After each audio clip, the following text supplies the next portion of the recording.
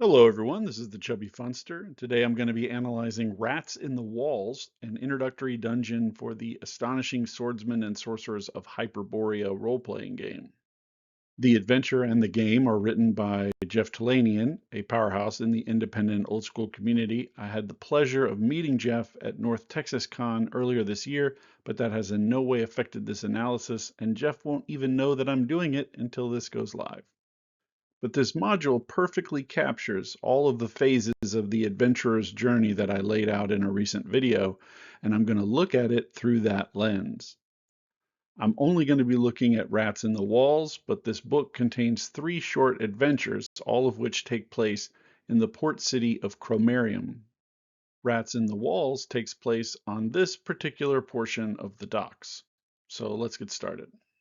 Rather than provide a prepared monologue of box text to deliver, key pieces of information are shown in bullet point format, organized into 3 temporal categories: how the family came to acquire the property, how the infestation grew, and then how tragedy struck.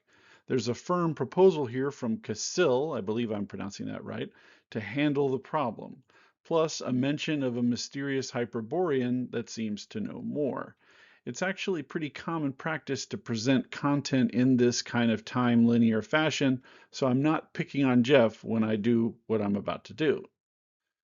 Time doesn't work in reverse. This is the actual flow of time.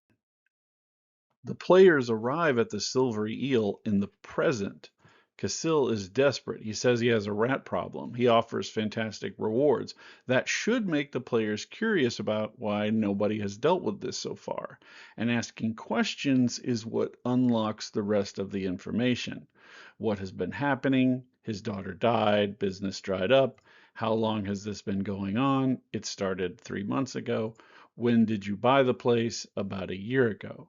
This is what I mean when I talk about that the players need time to ask questions and investigate the problem. The Hyperborean is the only information source that I would actually volunteer, and only after the PCs have really engaged in a lot of questions. Something like, oh yeah, funny you should ask about that. There was a guy making strange statements about what happened before I bought the place. And then that would point them out to talk to the Hyperborean. I think a lot of modules could benefit from restructuring their sequence like this so it focuses on what's happening right now first, and then you can only learn about the past by asking questions. So the adventurers have learned about a danger, and it appears solvable. Now they proceed through investigation. So what's going on out on the docks? Just a few bullet points here help the GM set the table. Garros Imports is a locked warehouse as the final destination for goods that are currently on the Bergbreaker, which is a ship moored just outside the Silvery Eel, and on that ship is the Hyperborean, who can relay a story his father told him about a sorcerer's tower that once stood on that very spot, but burned down in the aftermath of the Green Death. The nearby building of Tull's boat storage and supply rounds out the dock, run by an affluent master thief that runs a bare-knuckled fighting club on Saturday nights. You can see in the footnotes how some of this information will lead the PCs to the second adventure in this book, The Lamia's Heart, which I won't be covering, but it would be adding to their list of known dangers. So as the players move forward, they keep gaining these known dangers to pursue.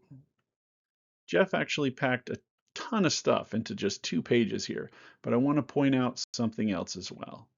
If the PCs struggle in the adventure, or they're just thieves, the cargo being unloaded from the Bergbreaker has a 3,000 gold piece value, and the Hyperborean himself can be recruited into helping them fight the rats. And this is in addition to a +1 small shield that Casil is willing to hand over immediately once the PCs take him up on his offer. So finding and accessing resources like that helps during the planning phase when the PCs are deciding what to do. These are not little flourishes that don't mean anything. These are important parts of the planning process because the PCs are investigating the dangers. They're learning, they're exploring during this phase. Now, they enter the Silvery Eel on the ground floor. Prices are low, there's a few customers, and Casil is desperate for help. His daughter Anesta is uncomfortable talking in his presence, but if isolated, will reveal that she's been bitten by the rats 5 or more times and keeps having nightmares about a pig-faced woman with bat wings. Whoa. This is the first clue that there's more than just a simple rat problem here. The exterior stair leads up to the next floor, where there's a 100 GP crate of silverware and a nest of giant rats. Casil's bedroom has a journal with some creepy entries, and Anesta's bedroom contains all kinds of other creepy stuff, including a secret compartment with the diary of the previous owner chronicling his descent into madness. So the rats were a minor bit of resistance, but now the PCs have enough information to prepare for the delve. Expect a pig-faced demon woman, not just rats. There used to be a sorcerer's tower on this site. These things not only help build up the lore of the world and the ambiance, but can telegraph important information. The players could head out into the city before going into the basement and buy any supplies that they feel might be useful to fight a demon. By investigating, they won't be surprised when it's a bigger threat than just rats. So let's try to head down there. At first glance, the basement contains everything you would expect to find in a basement: crates, casks, and giant rats. But there is also a secret trapdoor, which Casil is ignorant of, and that leads 50 feet deeper below, to a temple of Aurorus, the Shining One, a favored deity of the Hyperboreans. There's a stairwell leading down to the south, an iron door on the western wall, and an open archway in the east. Within the room, there's huge piles of boxes and casks that contain 6 more rats, but yield an excellent treasure and some coinage. Another pile with 4 rats and some more coins, and the rats in both piles will support each other, so I hope you're wearing some nice greaves. Oh, and of course there is this giant statue of Aurorus. Since this is a big room, I want to take a moment to focus on the organizational flow when you're encountering big spaces. In this case, the content flows across 3 pages, which can be a challenge for the GM to manage. The PCs enter the room in the center, facing south. The stairwell will be in front of them, heading down. Boxes are on either side, and the statue is behind them. I think it would have been really great to use a bullet point system like Jeff used up on the surface level down here as well. A lot of GMs struggle to describe a large room because PCs will often jump on the first item that attracts their attention, like a bunch of crates, and then they don't get the full room description. I think describing big rooms is hard, but a few minor presentation tweaks can really help a lot. And see, I almost forgot to mention, because it's the last item on the 3rd page, that you can shackle someone right to the front of the statue, say the words that you need, and they're transformed into light and sacrificed to Aurorus. I'm going to come back to this statue later, but it's really cool. I think there's even more ways to use it, and I think ideas like this make a module really memorable when they come across unique stuff that you can do all kinds of crazy things with. The iron door leads to an old cistern, which is now an empty 20-foot deep pit. There's a ring of feather walking down there, but there's also a 4 in 6 chance of lesser demons passing through on their way to the sewers above. I like pairing treasures with risks like this. I particularly like 2 in 6, 4 in 6 chances, so even the GM doesn't know what's going to happen. The archway leads to a revelry hall with rotting divans and piles of pelts. And of course, there are 4 giant rats under the pelts. And there's a vestry off the revelry hall that contains stalls for priests to change into their holy garb. A silver holy symbol and a cleric scroll can be recovered from here. And the 2 other rooms that break away from the basement are behind secret doors.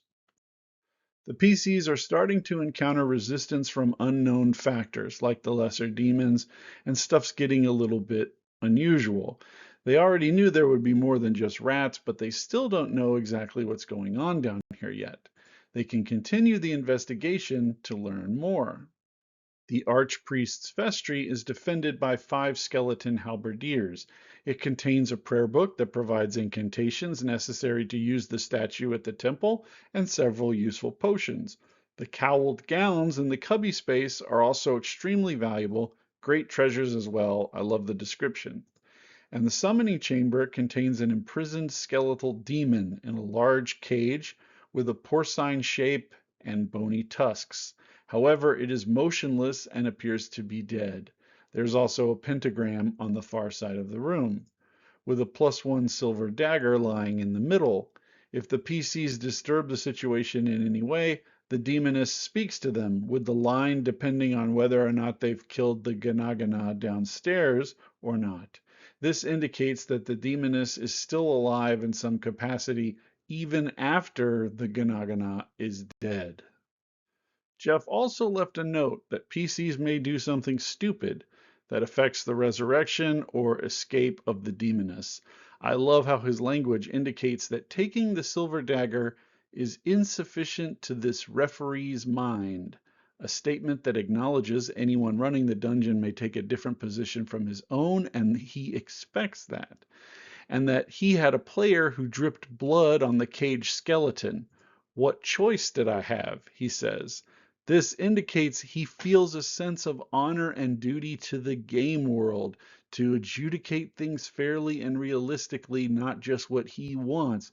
This guy did this thing. He feels like he has to respond in another way. Perfection. There is also fantastic art of this room. My only complaint about the demoness is that none of the story bits you can learn in the family's bedroom on the surface will directly aid you down here. That would have been nice. Looking behind the secret doors resulted in a bit more resistance to their efforts, but the party learned a lot about the demoness and are much more prepared to face her. They could go up to the city, rest, change their plans, and then come back if they want to do that. They can also determine that she is too challenging and head off in other directions, looking for more solvable problems.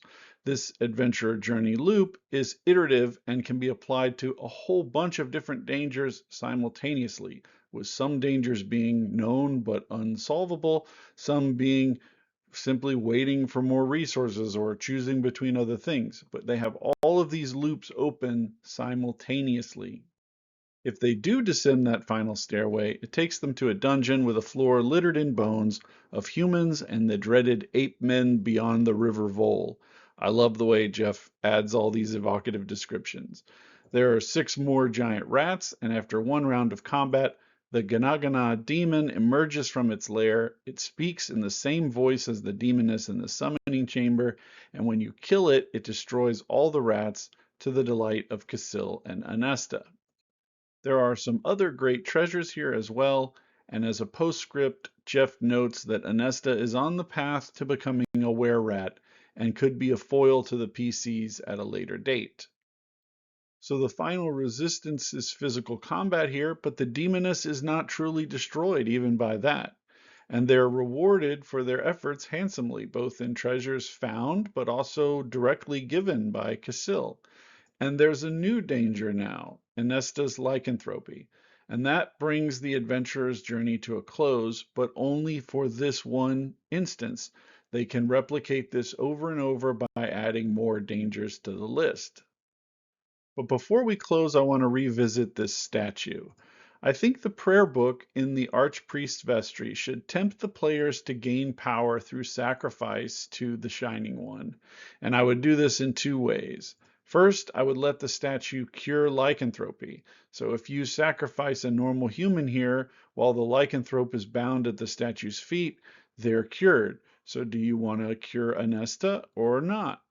And second, I would let the statue empower that +1 halberd that's also in the Archpriest's vestry to destroy the demoness completely. Again, they have to make a sacrifice, but then they can touch that skeleton with the halberd and dissolve it to dust and erase her from the universe. Both of these things would force the players to grapple with very difficult moral questions and weigh the greater good versus the loss of a single life. But with those critiques aside, I think Rat in the Walls is a great example of how old school design principles can give you a ton of gameplay out of just a creative and evocative 10 pages. It goes way beyond a simple giant rat hunt. It offers great treasures, and you can play it with Astonishing Swordsmen and Sorcerers of Hyperborea, or any similar old school system because the stat blocks are very compatible. There are 2 more adventures in this module, so grab it if you like what you heard. Chubby Funster out.